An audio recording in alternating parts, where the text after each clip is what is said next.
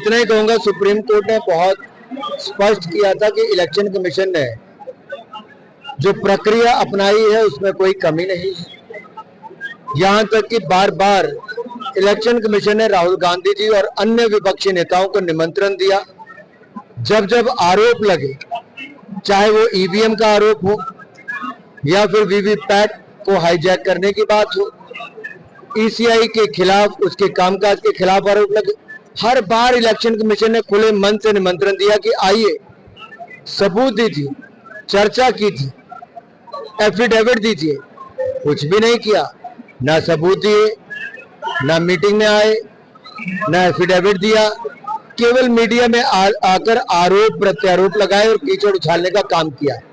लोकतंत्र को कुचलने की लगातार प्रयास विपक्ष कर रहा है।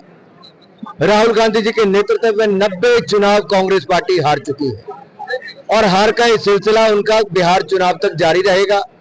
अब चुनावों से पहले हार का ठीकरा इलेक्शन कमीशन पर फोड़ना चाहते हैं, लेकिन मैं राहुल जी और लालू जी को इतना ही कहूंगा, 1952 में अंबेडकर जी को हराने का काम कांग्रेस पार्टी और कम्युनिस्ट पार्टी ने किया और 74,333 मत रद्द कर दिए थे।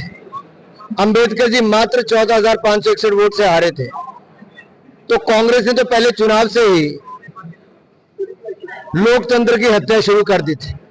1975 में इंदिरा जी के 71 के लड़े चुनाव के खिलाफ वर्डिक्ट आया कि इन्होंने सत्ता का दुरुपयोग किया, सरकारी अधिकारियों का, सरकारी तंत्र का दुरुपयोग किया और उनका चुनाव निरस्त कर दिया था। तो इंदिरा जी ने इमरजेंसी लगाकर फिर लोकतंत्र की हत्या की। सोनिया जी ने 2005 में खबर छपी, नवीन चावला की अपॉइंटमेंट इलेक्शन कमिश्नर के रूप में कर दी। सवाल ये खड़ा होता है कि न सोनिया जी प्रधानमंत्री थी तो इलेक्शन कमीशन की नियुक्ति कैसे की। आगे सवाल ये खड़े होते हैं कि कितने इलेक्शन कमिश्नर देश में ऐसे हैं जो पहले इलेक्शन कमिश्नर बने, कांग्रेस का राग अलापा, उन्होंने कांग्रेस के इशारों पर काम किया और रिटायरमेंट के बाद कांग्रेस पार्टी ज्वाइन कर ली। किसी को गवर्नर लगा दिया, किसी को केंद्रीय मंत्री बना दिया, किसी को सांसद बना दिया और टीएन शेषन जी को भी टिकट देके दिया, लेकिन वो हार गए। रमा देवी जी हिमाचल की गवर्नर बन गई, द्विवेदी जी गुजरात के गवर्नर बन गए, एमएस गिल जी केंद्रीय मंत्री बन गए।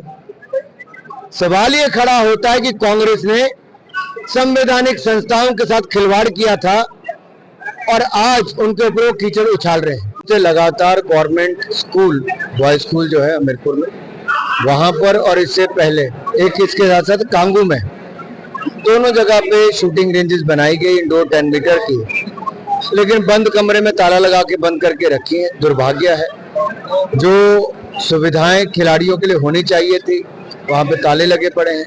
मेरा इतना ही अनुरोध अधिकारियों से रहेगा कि इन सुविधाओं को खोलें, लॉक खोलें और खिलाड़ियों को आने के लिए प्रेरित करें। राज्य की सरकार से, यूपीए सरकार में 2004 से 14 तक जितना पैसा एसडीआरएफ में मिला, हमने 10 साल में उससे 3 गुना ज्यादा पैसा दिया। एनडीआरएफ में जितना पैसा 10 साल में यूपीए में मिला, हमने उससे 5 गुना ज्यादा पैसा दिया। अब बोलिए, हमने तो पैसा 3 गुना और 5 गुना ज्यादा दिया, आपने बंदर बांट करके, भाई भतीजा बात करके, पार्टी बात करके किन किन को दिया। हमने दिल कभी छोटा नहीं किया, आपने छोटे मन की राजनीति कांग्रेस पार्टी ने की। तो मैं गौतम ग्रुप ऑफ कॉलेजेस को, गौतम जिमखाना जो खोला है, स्पोर्ट्स जो एक्टिविटीज यहाँ पे दी है, बहुत शानदार सुविधाएं, उसके लिए उनको बहुत बहुत बधाई देता हूँ और धन्यवाद करता हूँ। अगर आप पूरी बिल्डिंग को देखेंगे तो शायद ही कोई फ्लोर ऐसा है जहाँ पर खेल की सुविधाएं नहीं है। पिकल बॉल हो, बैडमिंटन हो, इंडोर जिम हो, कार्डियो की अलग फैसिलिटी हो, क्रिकेट की सुविधा हो, अन्य गेम्स की सुविधाएं हो।